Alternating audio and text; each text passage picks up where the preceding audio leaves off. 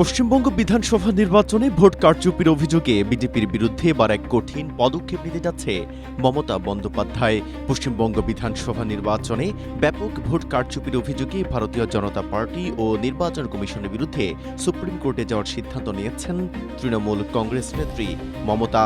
বুধবার দলীয় এক পর্যালোচনা সভায় মমতা সাফ জানিয়ে দিয়েছেন, জনগণের রায় চুরি করার বিরুদ্ধে তিনি শেষ পর্যন্ত লড়াই চালিয়ে যাবেন। মমতা বন্দ্যোপাধ্যায়ের এই অনড় অবস্থানের ফলে পশ্চিমবঙ্গের প্রশাসন, রাজভবন এবং নির্বাচন কমিশনের মধ্যে এক ত্রিমুখী সংঘাত শুরু হয়েছে, যা ভারতের সংসদীয় গণতন্ত্রের ইতিহাসে অত্যন্ত বিরল। মমতার সাফ কথা, বিজেপি কারচুপির মাধ্যমে জনরায় ছিনিয়ে নিয়েছে।